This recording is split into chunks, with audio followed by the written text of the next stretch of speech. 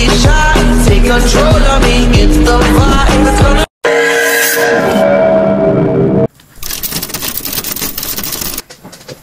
Hey guys, alam nyo ba na mayroong nagbigay sa atin, si Ate Ann Palera. Si Ate Ann Palera, alam niya na favorite ko to, super favorite ko to, dahil nga pinakapaborito kong isla at pinupuntahan ay yung El Nido, Palawan. Isa sa sikat doon ay itong Ching's Special Buko Pie. Ito talaga yun, ito talaga yung Buko Pie doon. That time, nung pumunta kami, 100 pesos lang to, isang box. Yung mga kasama kong pumunta dyan, mapapanood nyo to, alam ko, nako, paborito rin nila to. Noong una kasi, tinikman lang namin to. Nung tinikman namin, biglang na pa, tulala kami kasi ang sarap niya.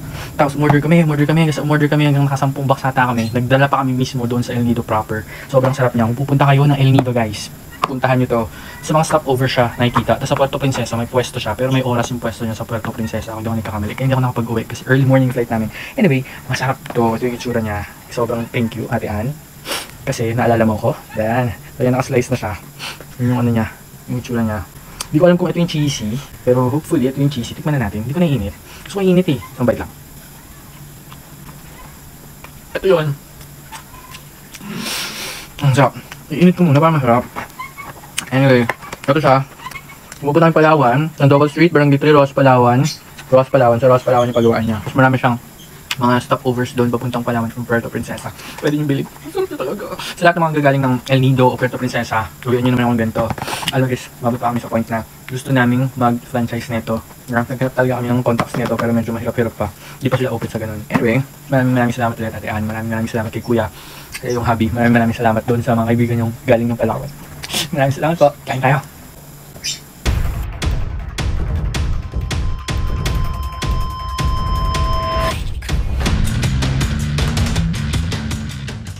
Init natin to ang ating pinggan.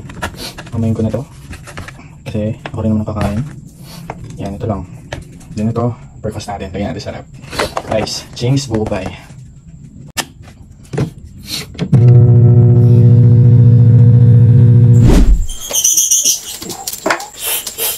Kain tayo guys, kain tayo. Ito, hati tayo. Ang init. Init. So kain na tayo guys. Guys, kain na tayo. Mainit siya, mainit. Kain tayo. May unggap na masarap. Ano? Manipis lang siya. Pero creamy siya. Yeah. Manipis pero creamy. Tapos crunchy. Yung crust niya.